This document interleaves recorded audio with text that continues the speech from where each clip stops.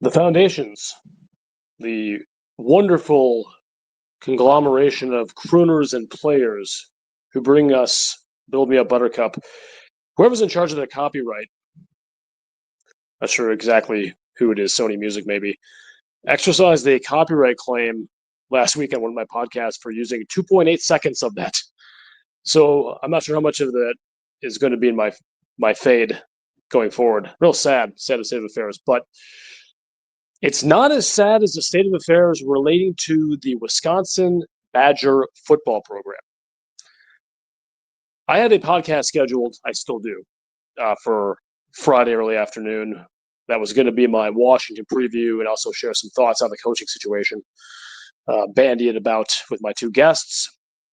But this is what I would consider an emergency podcast that's going to go up Thursday night, because this even surprised me at this point, which is saying a lot because it's kind of hard to be surprised as bad as things are right now. But AD Chris McIntosh sat down with Jesse Temple with a straight face, with a third of the season still left, the worst Wisconsin season in 25, perhaps even 30 plus years, and said that Luke Fickell is being retained.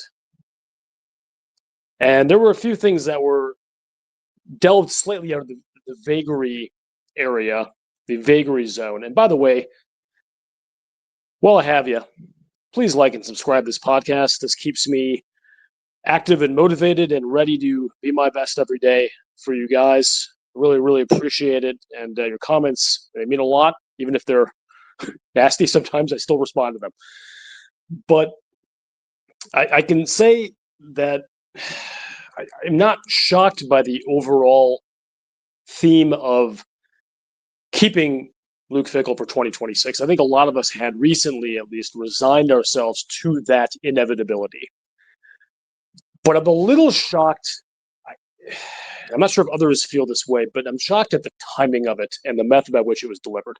I know sitting down with a quality Badger reporter is not a bad method, but just there's so many games left. And there's so many unknowns swirling around the Wisconsin football program, and so many kids ready to decommit and or have decommitted already. And so the recruiting is just looking like a shamble right now. And play this season has been bonkers to the point where if you hired an enemy agent and put them in charge of your team for a season, but they weren't supposed to tell anyone that it was happening, I'm not sure how different it would look than what has gone down this year. From the head-scratching coaching decisions and personnel calls, to the lack of accountability, to the lack of fire demonstrated by Luke Fickell.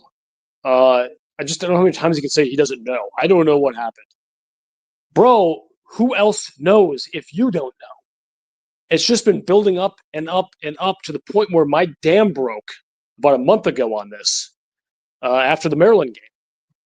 I went from a let's wait and see relative outlier to attending the Iowa game and seeing what that team brought, which in my opinion was the worst game in 30 years of Wisconsin football from a coaching perspective, motivation perspective, every perspective you can think of, to a Fick must go. That was it. I had said after Maryland that Fick was not going to win this season, stopped just short of calling for him to be fired. After the Iowa game, I was done. And I'm certainly not alone. Most Badger bloggers and or podcasters and or journalists, I believe, feel the same way. Some of them express it for various reasons more than others do. I kind of got nothing to lose. I haven't gotten a Badger interview for almost 9 months at my interview requests. It's not like I need to put on a show for anyone over there at 1440 Monroe Street. I think they're done with me. But it's not because I'm not incredibly loyal and in love with the Wisconsin Badgers as a fan, because I am. That's not changed. Nothing's changed. But anyway, it's just added to the list. But this interview with McIntosh, who's not a dumb guy. I mean, the guy has a decent IQ. He's fairly articulate. He's able to put words together in ways that sound objectively okay. But to the seasoned Wisconsin football fan, I cannot imagine that there are many moments in this discussion where you were like, you know what, brother makes a good point.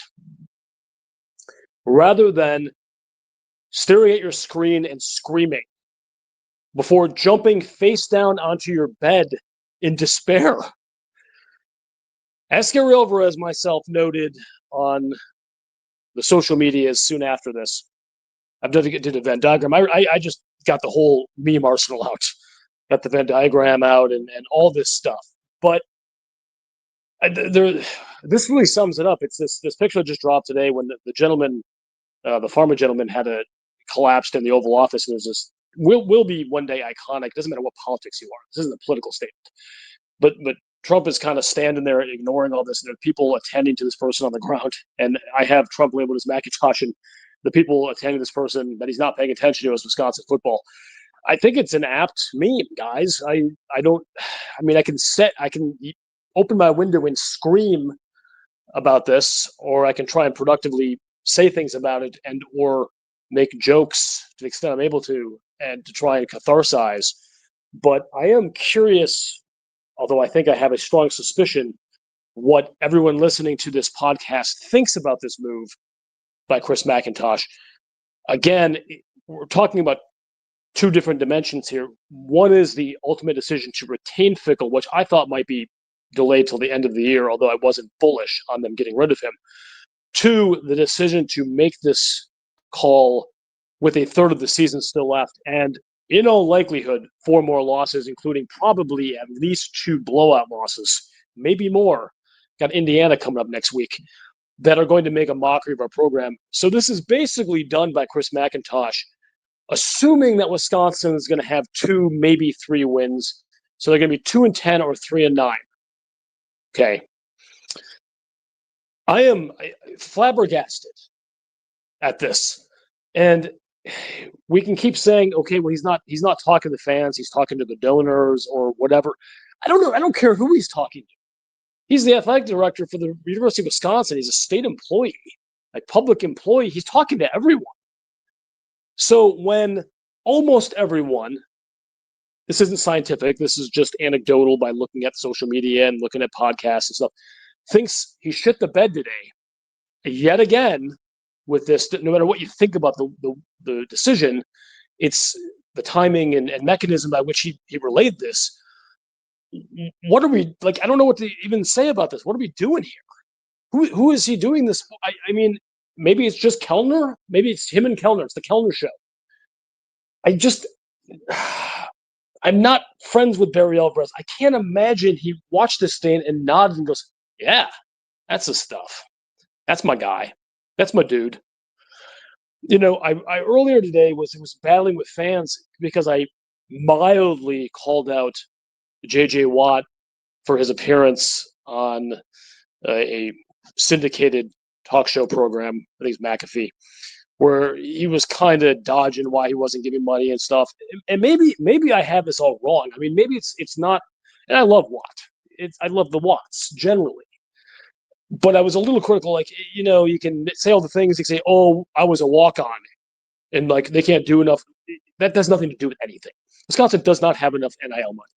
He is a person in a position to give them NIL money. But maybe, as I pointed out, but maybe this is just as simple as, like a lot of people, including recruits now, Reader decommitted yesterday, and there's going to be more guys. Maybe it's simple as Watt, like, unwilling to, as someone said in my comments, you know, throw good money after bad, as long as this team of McIntosh and Fickell is in power. So I probably didn't need to come in that hot with Watt. I think he's probably just, you know, talking with his wallet. But anyway, just a quick hitter today, but I want y'all to know that I am deeply frustrated, borderline aghast at this. Another misstep. This didn't have to happen. You didn't have to talk about that. You could have gone.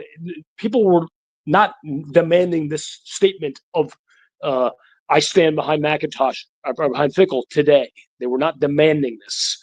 He still did it. He thinks he's good at PR. McIntosh is terrible at PR. if you know the score. Again, if you're just some person who's barely tuning in and listen to him just talk and sees the suit that he has on, he has the Wisconsin Badger symbol on it, you think he's doing okay. But for anyone who knows anything about the Wisconsin Badger football program and the history of the program, you cannot look at that with anything but just like anger and irritation and frustration and a number of other things I could say here. Let's see what you think in the comments, guys. I'm going to be on, as I alluded to earlier, I got a couple great guests coming on my program tomorrow. I'm going to upload that probably in the mid-afternoon. But this is just going to be the bridge between what was relative horrible normalcy and the latest blow to the Wisconsin Badger football program. Scary Alvarez is out.